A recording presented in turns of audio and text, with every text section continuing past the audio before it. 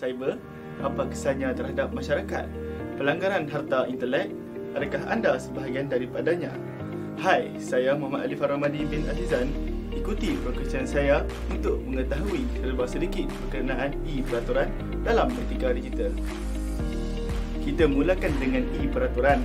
E-peraturan merujuk kepada pengurusan komunikasi dan penggunaan teknologi dengan betul. Seperti diketahui, kemajuan teknologi telah berkembang dengan mendadak sejak kebelakangan ini.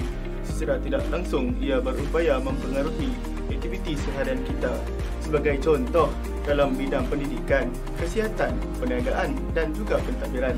Malah, ianya juga mampu memberi impak dari sudut positif maupun dari sudut negatif. Kini, terdapat pelbagai ancaman cyber yang mampu memberi kesan buruk kepada masyarakat amnya. Ancaman ini menggalakkan aktiviti-aktiviti jenayah dan ketidakadilan sosioekonomi di kalangan masyarakat. Ancaman cyber ini juga dikenali sebagai jenayah cyber. Bercakap berkenaan jenayah cyber, tahukah anda apa itu jenayah cyber? Jenayah cyber adalah jenayah yang dilakukan menggunakan internet, sama ada menggunakan komputer atau apa-apa peralatan yang boleh dihubungkan dengan talian internet. Jenayah cyber juga dikenali dengan jenayah komputer, jenayah digital, e-jenayah dan jenayah elektronik. Kenapa berlakunya jenayah cyber? Pertama, faktor manusia. Sifat manusia yang inginkan keseronokan melayari internet dan sifat ingin tahu tetapi tidak faham ilmu keselamatan cyber. Kedua, faktor proses. Tiadanya garis panduan dan polisi yang dapat melindungi dari serangan cyber dan tiada audit dalam menentukan keselamatan cyber juga menjadi punca. Dan ketiga, faktor teknologi itu sendiri yang berkembang, bercambah dengan canggih dan juga pantas menyebabkan sukarnya membendung jenayah cyber. Baiklah, seterusnya kita lihat pula kategori dalam jenayah cyber. Jenayah cyber secara amnya boleh dikelaskan kepada 4 kategori, iaitu jenayah cyber individu, jenayah cyber organisasi, jenayah cyber harta dan jenayah cyber masyarakat. Jenayah cyber individu menyasarkan individu, sebagai contoh kes pancingan data atau dikenali sebagai phishing, penipuan, spam, pengitipan cyber ataupun cyber stalking dan banyak lagi. Sasaran utama jenayah cyber organisasi pula ialah organisasi. Biasanya, jenis jenayah ini dilakukan oleh pasukan penjenayah termasuk serangan perisian hasad dan serangan penafian perkhidmatan. Seterusnya, jenayah cyber harta. Jenayah jenis ini menyasarkan harta seperti kad kredit atau hak harta intelek. Akhir sekali, jenayah cyber masyarakat. Jenayah cyber masyarakat ini merupakan bentuk jenayah cyber yang paling berbahaya kerana ia termasuk dalam keganasan cyber.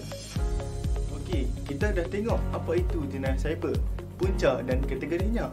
Apa kata kita lihat pula contoh-contoh jenayah cyber. Contoh pertama, phishing, pancingan data dan penipuan.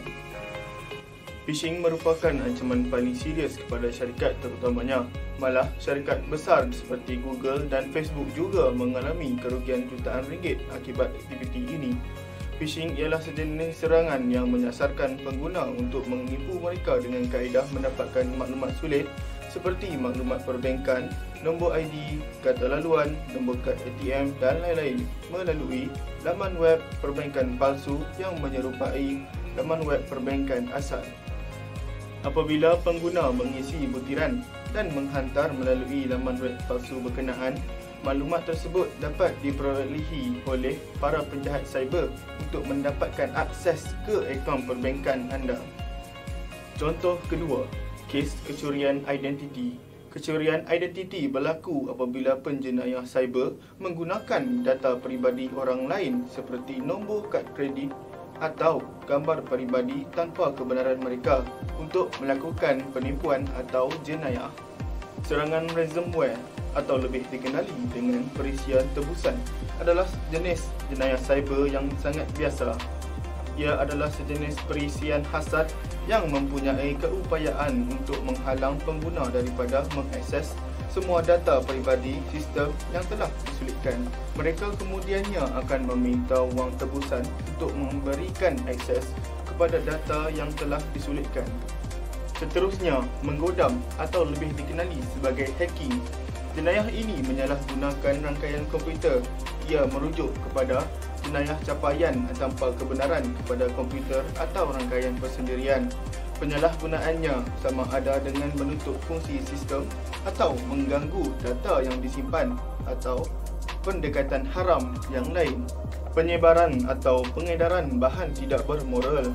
Ia adalah perbuatan menyebarkan aktiviti-aktiviti haram seperti pengedaran dadah, pelacuran, pengubahan wang haram, perjudian, pornografi kanak-kanak dan perdagangan senjata secara atas talian. Dan akhir sekali, pelanggaran hak cipta serta intelek. Pelanggaran hak cipta merupakan perbuatan menyalin bahan-bahan yang mempunyai hak cipta tanpa kebenaran untuk kegunaan peribadi atau perniagaan. Apabila kita bercakap berkenaan hak cipta, tahukah anda apa itu hak cipta? Hak cipta adalah hak eksklusif yang diberikan oleh undang-undang untuk tempoh masa tertentu kepada pencipta karya bagi mengawal penggunaan karya mereka. Perlindungan hak cipta di Malaysia adalah berasaskan kepada Hak Cipta 1987. Karya-karya yang layak mendapat perlindungan hak cipta ialah karya sastera, karya muzik, karya seni, filem, rakaman bunyi, siaran dan juga karya terbitan. Pelanggaran hak cipta merupakan mana-mana tindakan seperti berikut. Pengeluaran semula apa-apa karya berhak cipta dalam sebarang bentuk bahan melalui tayangan, pertunjukan permainan atau pengedaran kepada orang awam. Pengimportan salinan langgaran karya-karya berhak cipta ke negara Malaysia untuk selain daripada kegunaan persendirian yang dibenarkan. Pembuatan salinan langgaran karya-karya berhak cipta untuk tujuan jualan atau sewaan kepada awam. Pelanggaran hak cipta, penjualan, penyewaan dan pengedaran apa-apa salinan langgaran karya-karya berhak cipta dengan cara perdagangan, mendedahkan dan menawarkan untuk jualan atau sewaan, memiliki salinan langgaran untuk tujuan perdagangan selain daripada kegunaan persendirian yang dibenarkan, dan membuat pameran salinan langgaran karya-karya berhak cipta untuk tujuan perdagangan kepada orang awam. Sekian sahaja sesi perkongsian kita pada hari ini. Diharap dengan perkongsian ini serba sedikit dapat memberi kesedaran kepada kita tentang peraturan dalam etika digital. Assalamualaikum warahmatullahi wabarakatuh.